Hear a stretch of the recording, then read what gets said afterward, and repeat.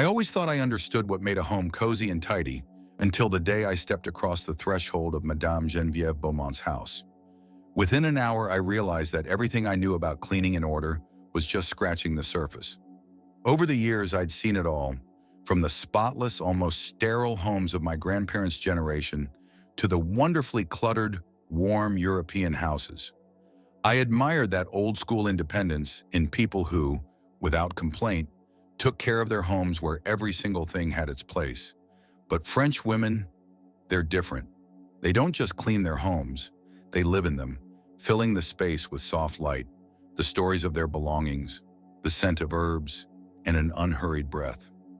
Madame Geneviève, a 70-year-old French woman from a suburb of Paris, showed me that coziness isn't about perfect order, but about a life woven into every detail. That day, I only stopped by for a cup of tea, but I left with a new perspective on my own home. And today, I want to share her 10 secrets with you. Simple yet capable of transforming your idea of what a truly cozy home can be. Don't forget to give this a thumbs up, leave a comment, and let us know what city you're from. Your support means the world to us and gives us the strength to share something meaningful. Thank you for being here. And now let's dive into the secrets of Madame Geneviève's cozy home. Secret number 1, less but better. Madame Geneviève once told me, "Patrick, people think the more things they have, the fuller their lives are. But in reality, it's only by getting rid of the unnecessary that you find clarity." The moment I walked into her home, I understood what she meant. The rooms were small, but they felt easy to breathe in. Everything had its own space, and nothing felt crowded. I noticed her bookshelf held only a few well-loved, dog-eared books, not mountains of paperbacks. In a corner cabinet stood a single vase and a small picture frame. She told me that every object in her home had to answer 2 questions. Do I truly need it? And does it make me smile? If the answer to both was no, the item didn't belong there. At the beginning of each season, she had a habit of walking through her house, pausing before each object, and silently asking herself those questions. Then she would gather what was no longer needed, and without regret, give it away or throw it out. She used to say that holding on to extra things doesn't make us more secure. We're just drowning in our own clutter. Old chairs that no one used, expired perfumes, stacks of outdated papers. She got rid of them immediately without hesitation. And she taught me a simple habit that's easy to follow every week. Choose any room, set a timer for 30 minutes, and find 5 things that can leave your home. Don't force yourself to do it all at once. Just be consistent and honest with yourself. I started with my kitchen, and after 3 weeks, the space felt so much lighter. I still follow this habit as a way of caring for the peace I learned that day in Madame Geneviève's humble home. Secret number 2, choose quality, not quantity. Madame Geneviève didn't have many things, but each one made you want to pause and look closer. Her dining table was made of old oak, its handles polished smooth by time, but it stood strong and shone with a noble grace. Her tea set had only 4 cups, not a full set of china for 12 that many of us have tucked away, but each cup was exquisite and had served her for many years. I asked why she didn't buy more. She smiled and said, "We French, we love to keep what has lived a life, not count how much of it we have." She said that when she buys something, she always looks for an item that is sturdy, beautiful, and timeless, even if she has to wait or save for it for months. Looking around her home, I saw how right she was. There was nothing brand new, but nothing looked cheap either. It seemed as if every object had lived alongside her for many years. The armchair wasn't from a showroom, but it was still incredibly soft. The skillet in her kitchen was heavy and durable. It would probably last another 20 years. She said, "It's better to buy one right thing and cherish it forever than to buy 3 cheap things that you'll just throw away." And she was right. I had gone through 3 deaths in 5 years, while hers had served her for more than 30. She also taught me a little trick to use before any purchase. Ask yourself, will I use this for at least 5 years? And if the answer is yes, then ask, is this item worth waiting for, choosing more carefully and taking care of? Since then, I've started buying less often, but my home has become more beautiful, stable, and calm. Secret number 3, the power of fresh flowers. There were always fresh flowers in Madame Genevieve's home, even if it was just a few wild daisies picked from her country garden. Sometimes white daisies, sometimes purple lavender, or even just a few green sprigs. She told me, "Patrick, fresh flowers aren't for decoration. They are to remind yourself to live a little bit every day." She placed vases on the dining table, on a kitchen shelf by her bed, in places where you wouldn't expect to see them, but where your eye would naturally fall. She never tried to create a perfect arrangement. She just put them in a small jar and let them be, as if the flowers had chosen their own spot. I used to think fresh flowers were a luxury, but she said that a bouquet cost no more than a good cup of coffee, and if you divide it into smaller vases, the whole house comes alive. She often went to the weekend farmer's market to pick out seasonal flowers, not rare ones, just fresh ones with a light fragrance. One day I saw she had used rosemary sprigs from her kitchen as a decoration, and their scent mixed with the air, making me feel like I was in a home that had a soul. She also advised, if you can't afford flowers regularly, choose ones that last a long time, like lilies or gerbras, and always change the water daily. Wash the old vases as carefully as you would care for your own mood. I started small. I placed a single small vase on my desk, a sprig of lavender by the bathroom sink. And just as she said, the house felt softer. Time slowed down, and my heart felt calmer.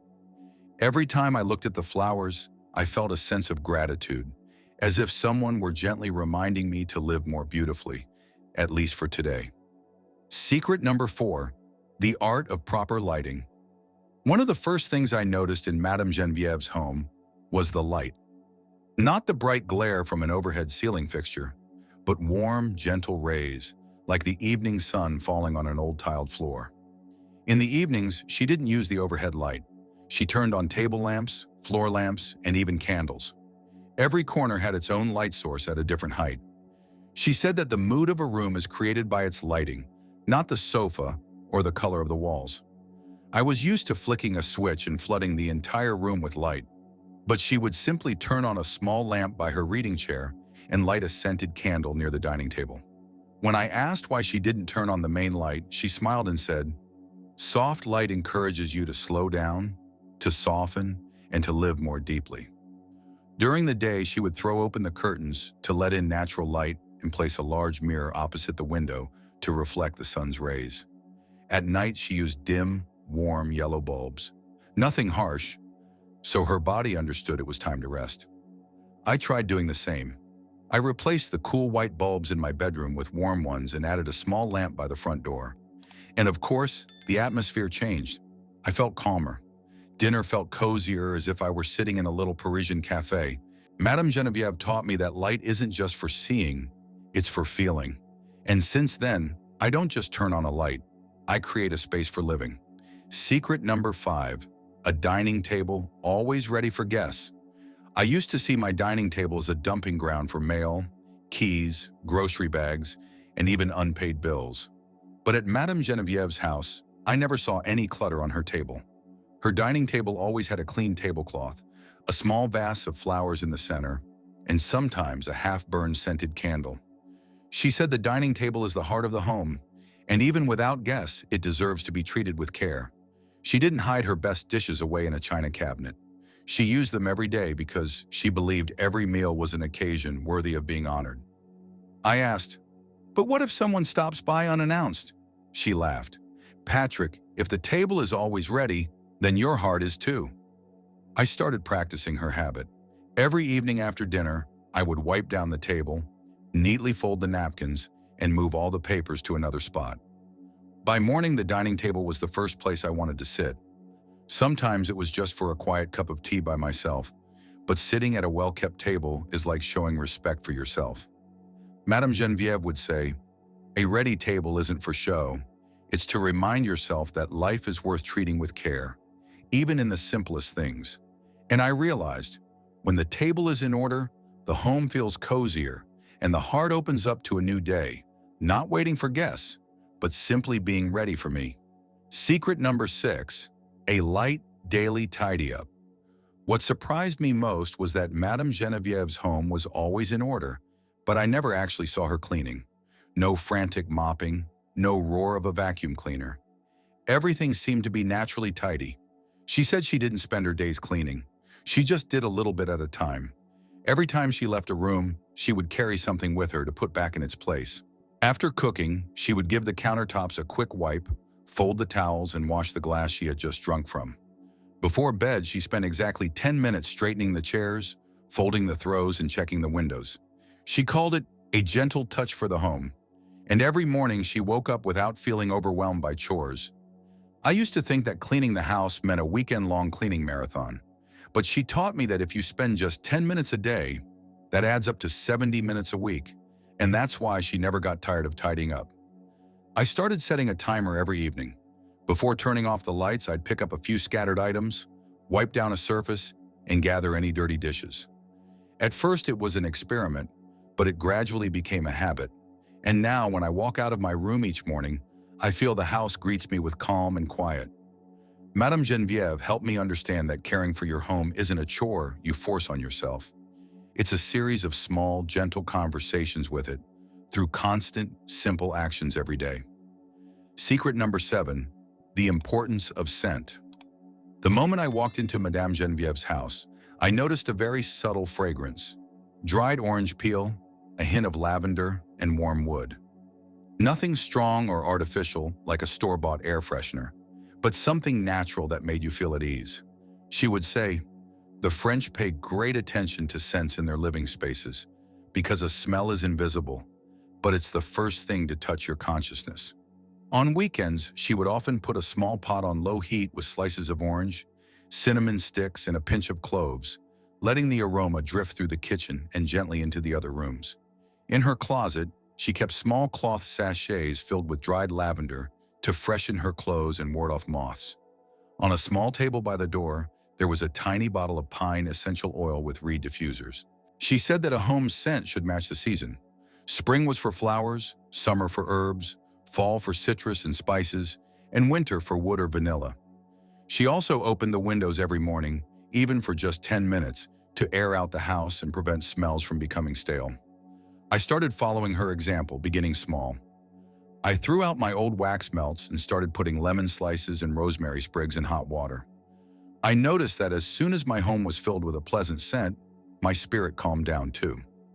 Madame Geneviève told me, "A scent doesn't just decorate a room, it reminds you to live with grace, to slow down, and to be present. A home that smells good is a home that breathes." Secret number 8, curate meaningful books and personal items. I used to think a bookshelf should be packed to the brim. The more, the better. I would stack books in 2 rows, cluttering them with souvenirs from past trips, picture frames from people I couldn't remember, and little trinkets I kept for no reason. But Madame Geneviève's bookshelf was different. It was minimalist, but full of meaning. Every book had been read, with notes in the margins, dog-eared pages, and pencil markings. There were no color-coordinated spines, no random decorations. She said, "If an object doesn't spark a real feeling, it's just filler." On her shelf, there was only a photograph of her and her husband from 1978, a smooth stone from a beach in Normandy, and a handwritten letter from her daughter.